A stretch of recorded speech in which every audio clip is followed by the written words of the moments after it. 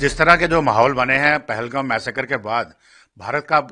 रवैया बड़ा क्लियर है कि भारत ने उसका बदला पक्का लेना है। और बदले में एक ऑप्शन वॉर की भी होती है, और यदि वो वॉर की ऑप्शन एक्सरसाइज हो जाती है या एस्केलेशन ना चाहते हुए भी हो जाती है, तो दोनों तरफ को तैयार रहने की जरूरत है। पाकिस्तान की भी आर्मी, नेवी, एयरफोर्स इस वक्त पूरी तैयारी पे है, पूरे अलर्ट पे है। उसी तरह से भारत की नेवी, आर्मी, एयरफोर्स भी पूरी तैयारी पे है। अब अगर भारत की तरफ से कोई वार होगा तो पाकिस्तान भी रिटेलिएट करेगा, और रिटेलिएशन के तरीके क्या हैं, वो हो सकता है आपके काउंटर वैल्यू या काउंटर फोर्स टारगेट्स पे करे, या आपके शहरी इलाकों पे भी कोई मिसाइल गिर सकती है, कोई हवाई हमला हो सकता है, उसमें कोलैटरल डैमेज होगी और सिविलियंस की जान माल की नुकसान हो सकता है। और जब लड़ाई लड़ते हैं तो ये सिर्फ आर्म फोर्सेस लड़ाई नहीं लड़ती हैं, ये लड़ाई भारत के शहरी भी, पूरा का पूरा देश मिलकर लड़ता है, और शहरियों का भी कुछ उसके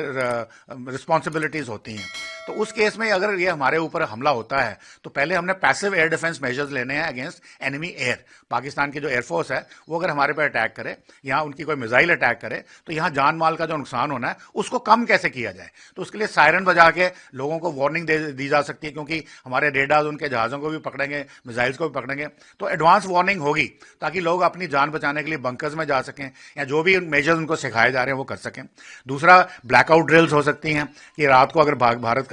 दुश्मन का जहाज आए तो उसको एग्जैक्ट टारगेट ना मिले, और दिन के टाइम तो हमारे लोग भी वहां होंगे, हमारे हवाई जहाज भी उनको पकड़ सकते हैं। तो इस तरह की जो ड्रिल्स हैं वो करनी जरूरी है, ताकि लोगों की जान, अगर कोई इंजर्ड हो जाता है तो उसको फर्स्ट एड कैसे देनी है, उसका हवाई जहाज इवैक्यूएट कैसे करना है हॉस्पिटल में, ताकि जान और माल की जो क्षति है वो कम से कम की जा सके। तो ये एक ड्रिल्स एक नॉर्मल प्रेपरेटरी स्टेज में है, एक प्रिकॉशनरी चीज है जो सबको जरूर करनी है, specially the states of Gujarat, Rajasthan, Punjab और जम्मू एंड कश्मीर।